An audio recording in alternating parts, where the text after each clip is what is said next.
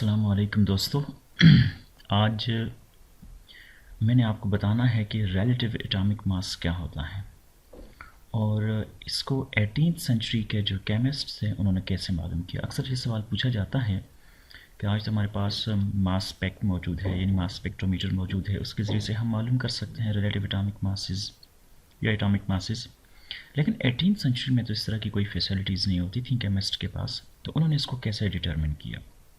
तो आज इसी चीज़ पे बहस करेंगे, हम इसी चीज़ पे बात करेंगे। तो चलें प्रोसीड करते हैं और देखते हैं कि किस तरह से 18th सेंचुरी के जो केमिस्ट थे उन लोगों ने इसको मालूम किया और आज भी हम इसी तरीके से अगर चाहें तो मालूम कर सकते हैं।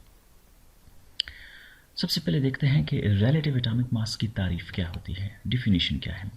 तो relative atomic mass is defined is the mass of an element compared with 1/12 of the carbon atom C12।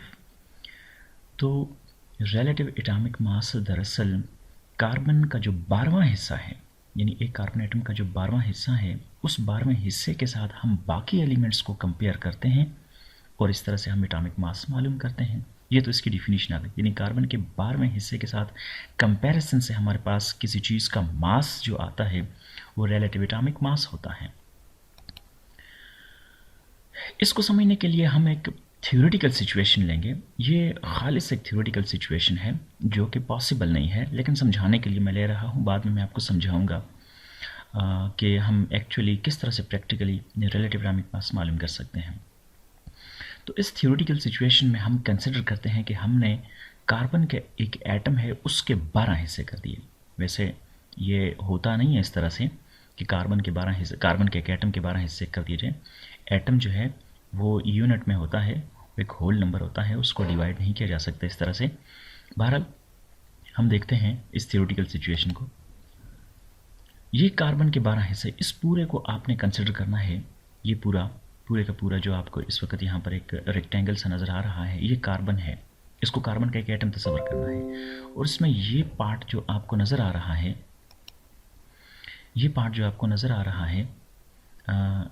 ये वाला कार्बन का 12वां हिस्सा है, जिसको हमने यहाँ से निकालना है और स्टैंडर्ड मान के इस हिस्से को हमने स्टैंडर्ड मानना है और इसके साथ बाकियों को हमने कंपेयर करना है। तो पूरे कार्बन एटम के हमने 12 हिस्से कर लिए, उसमें से ये 12वां हिस्सा हमने ले लिया। अब वो 12वां हिस्सा हमने उठा के एक तराजू में रख दिया। ये एक थ्योरेटिकल सिचुएशन, अगेन मैं कहूँगा, ये 12वां हिस्सा कार्बन का हमने उठाया और इस 12वें हिस्से को हमने तराजू के एक पलड़े में रख दिया। दूसरे साइड पे हमने हाइड्रोजन का एक एटम रख दिया। हमने देखा कि कार्बन का ये 12वां हिस्सा और दूसरे साइड पे हाइड्रोजन एटम दोनों बैलेंस हो गए। तो इससे हम क्या नतीजा अखज़ करेंगे, हम यही नतीजा निकालेंगे कि कार्बन का जो एटम है, कार्बन का ये जो 12वां हिस्सा है, इसका जो मास है वही मास हाइड्रोजन के इस एटम का है। तो इसलिए हम इसको, ये जो 12वां हिस्सा है, इसको हम एटॉमिक मास यूनिट भी कहते हैं। ठीक है, ये एक एटॉमिक मास यूनिट आ गया, यानी ये हमारे पास एक स्टैंडर्ड बन गया, यूनिट बन गया। तो अब हमने इस साइड पे एक एटम हाइड्रोजन का लिया था और इधर कार्बन का 12वां हिस्सा लिया था, दोनों बैलेंस हो गए। तो हमने कह दिया कि ये जो हाइड्रोजन है ये 1 एटॉमिक मास यूनिट के बराबर होता है, क्योंकि हमने 12वें हिस्से को 1 एटॉमिक मास यूनिट कह दिया है। एक और एग्जाम्पल देखते हैं। यहाँ पर आप देख सकते हैं हमने इस साइड पे हीलियम का एटम रखा है। अब जब हमने हीलियम का एटम रखा तो ज़ाहिर है हीलियम का एटम हाइड्रोजन के एक एटम के मुकाबले में 4 टाइम्स हेवी होता है। तो इस साइड पे हमें वही कार्बन का जो 12वां हिस्सा था, उस 12वें हिस्से के हमने 4 हिस्से यहाँ पर रखे, यानी जिसको हमने एक एटॉमिक मास यूनिट कहा था, उस एटॉमिक मास यूनिट के बराबर हमने 4 हिस्से इस साइड पे रखे। इस साइड पे एक हीलियम एटम रखा, तब जाके बैलेंस हो गया। तो हमने क्या नतीजा अखज़ किया, हमने कहा कि ये जो हीलियम होता है ये 4 एटॉमिक मास यूनिट के बराबर होता है। एक और एग्जांपल से ये बात मज़ीद वाज़ेह हो जाएगी। यहाँ पर अब हमने इस तरह किया कि एक ऑक्सीजन का एटम लिया और इसको यहाँ पर रख दिया। ये जो ऑक्सीजन का एटम हमने यहाँ पर रखा, ज़ाहिर है इसको बैलेंस, जब इस साइड पर हम एटॉमिक मास यूनिट रखते गए, एक एटॉमिक मास यूनिट से तो बैलेंस नहीं होना, 2 से तो होना नहीं है, 3 से भी नहीं होना, 4 से भी नहीं होना। तो हमें कितने रखने पड़े, हमें 16 एटॉमिक मास यूनिट्स, वो जो हमने उठाए थे कार्बन एटम के 12 पार्ट बना के, उस जैसे हमें 16 एटॉमिक मास यूनिट के पार्ट इस साइड पे रखे हमने और ये ऑक्सीजन का एटम बैलेंस हो गया। तो हमने क्या नतीजा अखज़ किया इससे, हमने ये नतीजा अख़ज़ किया कि ऑक्सीजन का जो एक एटम होता है वो 16 एटॉमिक मास यूनिट के बराबर होता है। ये सारी तो थ्योरेटिकल सिचुएशंस आ गई। असल मसला यहाँ पर यह है कि इसको प्रैक्टिकली कैसे डिटरमिन किया जा सकता है। यानी ये थ्योरेटिकली तो हम कह सकते हैं कि ठीक है, ये बड़ी अच्छी खुशकुन बड़ी अच्छी एग्जाम्पल लगती है, लेकिन इसको प्रैक्टिकली कैसे डिटरमिन किया जाएगा। तो चलिए देखते हैं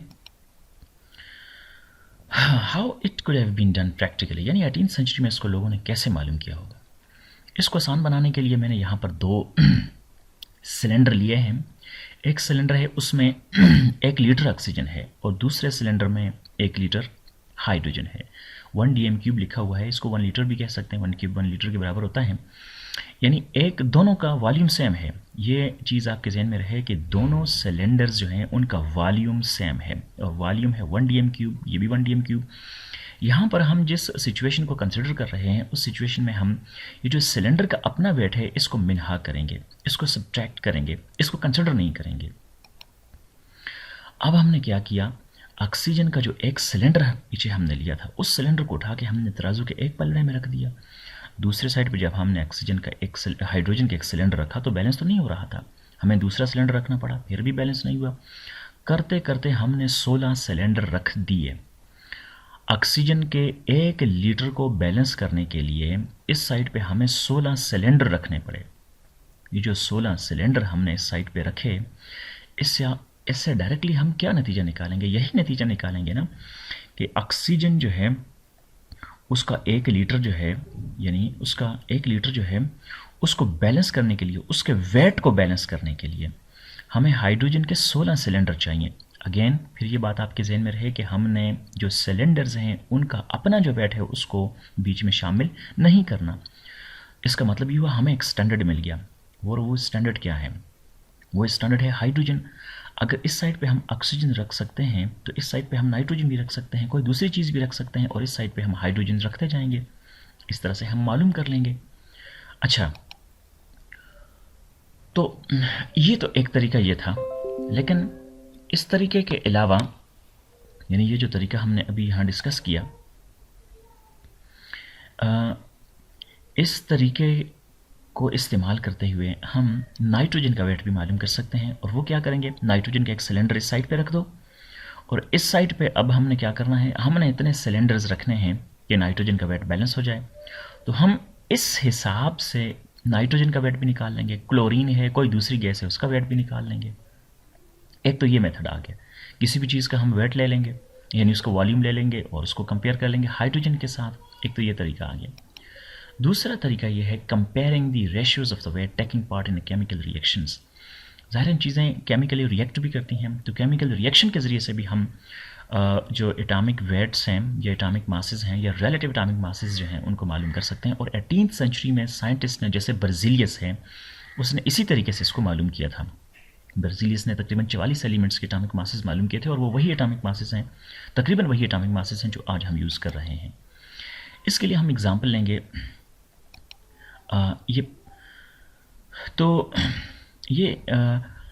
since the relative weight of oxygen is determined with respect to hydrogen, now we can even make oxygen as a standard for the determination of atomic weights of other substances. पीछे हमने example में देखा कि हमने hydrogen को एक standard मान लिया था और हाइड्रोजन के साथ हमने कंपैरिजन किया ऑक्सीजन का, नाइट्रोजन का, बाकी जो भी गैसेस हों या कोई इवन सॉलिड्स हों, लिक्विड्स हों, उनका भी वेट भी मालूम किया जा सकता है। उनके वॉल्यूम अपने लेने होते हैं। यहाँ पर हम जो तरीका देखेंगे ये 18th सेंचुरी के साइंटिस्ट ने यूज़ किया था। इसमें क्या होता है, ये एग्जाम्पल आप देखें, कार्बन जो है ऑक्सीजन के साथ रिएक्शन करती है, कार्बन डाइऑक्साइड बना लेती है। पीछे हम हाइड्रोजन को इस्तेमाल करके ऑक्सीजन का जो वेट है वो पहले ही मालूम कर चुके हैं। हमें ऑक्सीजन का पता चल गया है, वो है 16। अब यहाँ पर देखें, हम रेशियो देखेंगे कार्बन और ऑक्सीजन की। कार्बन और ऑक्सीजन की रेशियो से हम मालूम करेंगे। हमने क्या किया, कार्बन की एक डेफिनेट अमाउंट ली जिसका वेट हमें मालूम है, ऑक्सीजन की एक डेफिनेट अमाउंट ली जिसका वेट हमें मालूम है, दोनों का रिएक्शन करवा दिया और कार्बन डाइऑक्साइड बना दी। ज़ाहिर है कार्बन का कुछ हिस्सा कंज्यूम हो गया और यही इसी तरह ऑक्सीजन का कुछ हिस्सा कंज्यूम हो गया। तो उनके जो हिस्से कंज्यूम हो गए, ज़ाहिर है हमें पहले से मालूम था कितना है, तो वो जो कमी आई उससे हम रेशियो निकालेंगे। अब उस कमी से हम रेशियो कैसे निकालेंगे देखते हैं। हमने रिएक्शन किया तो हमारे पास जो वेट की रेशियो आई वो 3 और 4 आई, मतलब कार्बन और ऑक्सीजन जो आपस में रिएक्शन करके कार्बन डाइऑक्साइड बनाई, जो इनके वेट्स कंज्यूम हो गए, जो चले गए, जो रिएक्शन में हो गए, शामिल हो गए, उसमें कार्बन जो है उसकी रेशियो 3 थी और ऑक्सीजन की रेशियो 4 थी। ये हम आसानी से मालूम कर सकते हैं। लेकिन हम ऑक्सीजन के बारे में पहले से जानते हैं कि ऑक्सीजन जो है वो 16 होता है। कार्बन का हमें पता नहीं है, क्योंकि कार्बन का भी हम मालूम कर रहे हैं।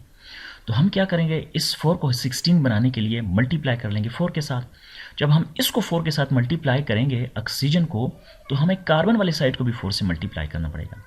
जब हमने इसको भी 4 से मल्टीप्लाई किया तो कार्बन हमारे पास आ गया 12 और ऑक्सीजन हमारे पास आ गया 16। यानी ऑक्सीजन तो हमें से पहले से नॉन था। इसका मतलब है कि हमने कंपैरिजन करके रेशियो के जरिए कार्बन जो था उसका एटॉमिक मास जो था वो भी कैलकुलेट कर दिया, रिलेटिव एटॉमिक मास हमने कैलकुलेट कर लिया। एक और एग्जांपल देखते हैं, इस तरह से ये चीज़ और ज़्यादा क्लियर हो जाएगी। यहाँ पर आप देख सकते हैं कार्बन और सल्फर जो है वो रिएक्शन करके कार्बन डाइसल्फाइड बना रहे हैं। कार्बन डाइसल्फाइड बन गया, उसके बाद हम रेशियो देखते हैं, क्योंकि कार्बन का वेट हमें पहले से पता चल चुका है, वो 12 है। उसके एटॉमिक मास या एटॉमिक वेट हमने मालूम कर लिया। एटॉमिक वेट और एटॉमिक मास दोनों एक साथ यूज़ हो सकते हैं, ठीक है। तो अब सल्फर का हम मालूम करना चाहते हैं। तो सल्फर को क्या किया हमने, सल्फर का कार्बन के साथ रिएक्शन करवाया, कार्बन डाइसल्फाइड बना दी। अब मसला ये है कि दोनों ने रिएक्शन करके कार्बन डाइसल्फाइड तो बना दिया, लेकिन इनके ओरिजिनल वेट्स में ज़ाहिर है दोनों की कमी आई। वो जो वेट्स में कमी आई है उन वेट को हम मालूम करेंगे कि कितनी कितनी कमी आई, फिर उन दोनों के दरमियान हम रेशियो निकालेंगे। जब हमने रेशियो निकाली तो हमारे पास कार्बन 3 और सल्फर जो है वो 8 आ गया। इसका मतलब ये हुआ कि कार्बन के बारे में तो हम पहले से जानते थे, वो 12 है, अभी अभी हमने मालूम किया। तो इसको 12 बनाने के लिए हमने 4 से मल्टीप्लाई कर दिया। इस तरह सल्फर को भी 4 से मल्टीप्लाई करना पड़ेगा। तो इस साइड पे आप देख सकते हैं हमारे पास कार्बन 12 ज़ाहिर है वो हमें मालूम था, सल्फर 32 आ गया। तो यूँ हमने सल्फर का जो रिलेटिव एटॉमिक मास था वो भी मालूम कर लिया। इसी तरीके को इस्तेमाल करते हुए 18th सेंचुरी में साइंटिस्ट या केमिस्ट जो थे उन्होंने रिलेटिव एटॉमिक मासेस कैलकुलेट किए थे। तो आप भी कैलकुलेट कर सकते हैं इसको इसी तरह से। यहाँ कुछ इन्फॉर्मेशन मैं आपको देना चाहूँगा रिलेटिव एटॉमिक मास के हवाले से। हाइड्रोजन को शुरू में जो है वो स्टैंडर्ड माना गया था। Hydrogen was chosen as a standard initially for the comparison and determination of atomic masses of different elements. शुरू में हाइड्रोजन को चूज़ किया गया था, लेकिन इसको बाद में ऑक्सीजन से रिप्लेस किया। ऑक्सीजन से क्यों रिप्लेस किया, उसकी वजह ये थी कि ऑक्सीजन जो है बहुत सारी चीज़ों के साथ रिएक्शन करके ऑक्साइड बना सकता है। ज़ाहिर है हमने रिएक्शन करने होते हैं और रिएक्शन से हमने रेशियोज़ निकालनी होती हैं, तो ऑक्सीजन बहुत सारी चीज़ों के साथ रिएक्शन कर सकता है, हम आसानी से मालूम कर सकते हैं। लेकिन ऑक्सीजन के साथ प्रॉब्लम ये था कि ऑक्सीजन जो है उसके 3 आइसोटॉप होते हैं। तो फिर 3 ज़ाहिर रिएक्शन में वेट तो शामिल होता है, तीनों आइसोटॉप के डिफरेंट वेट होते हैं, तो ये कन्फ्यूजन बन सकती थी। हाइड्रोजन को हमने रिप्लेस किया इस वजह से क्योंकि बहुत सारी चीज़ों के साथ शायद ये रिएक्शन नहीं करता, नंबर 1। दूसरी बात ये थी कि हाइड्रोजन का अगर हम यूज़ करें तो हमारे पास जो एटॉमिक मासेस आ रहे थे वो फ्रैक्शंस में आ रहे थे, हम चाहते थे कि ये होल नंबर में हों। तो 1961 तक केमिस्ट और फिजिस्ट जो हैं वो 2 डिफरेंट सेट जो है वो यूज़ कर रहे थे रिलेटिव एटॉमिक मासेस के। तो ये 2 डिफरेंट सेट क्यों, यानी ऑक्सीजन का एक आइसोटॉप एक ले रहे थे, दूसरे जो केमिस्ट थे वो दूसरा आइसोटॉप लेके कंपैरिजन कर रहे थे। तो ये कन्फ्यूजन थी। ज़ाहिर है इस तरह से जब वो अपनी जो फाइंडिंग्स हैं, अगर वो कोई रिसर्च करते हैं एटॉमिक मास को उसमें वो लिखते हैं तो ये कन्फ्यूजन पैदा होगी। मतलब अगर उसी पेपर को उनकी जो उन्होंने जो कुछ पब्लिश किया है उसको कोई पढ़ेगा तो वो कंफ्यूज होगा कि ये कौन सा एटॉमिक मास किस हिसाब से बात कर रहा है। तो 1961 में फिर डिसाइड किया गया कि इस तरह किया जाए कि ये जो कन्फ्यूजन है इसको दूर किया जाए। तो 1961 में कार्बन 12 को एक स्टैंडर्ड के तौर पर माना गया कि कार्बन 12 एक स्टैंडर्ड है। इस कार्बन 12 यानी कार्बन 12 को क्यों चूज़ किया गया, इसलिए कि इसके बाकी जो आइसोटॉप हैं जो 13, 14 हैं वो बहुत ही मामूली उनकी नेचुरल एबंडेंस है, वो बहुत थोड़े होते हैं। कार्बन 12 जो है वो बहुत ज़्यादा होता है और चूँकि ईजीली अवेलेबल भी होता है तो कार्बन 12 को जो है यूज़ किया गया 1961 में, और ये अभी तक जो है वो कार्बन 12 को ही यूज़ किया जा रहा है। तो ये थी मुख्तसर सी कहानी जिसमें मैंने आपको रिलेटिव एटॉमिक मास के बारे में बताया। अगर आपको ये वीडियो पसंद आई तो आपने इसको अपने दोस्तों से शेयर करना है, लाइक करना है। केमिस्ट्री में जो आपके प्रॉब्लम्स हैं वो आपने मेरे साथ ज़रूर शेयर करने हैं। Thank you for watching.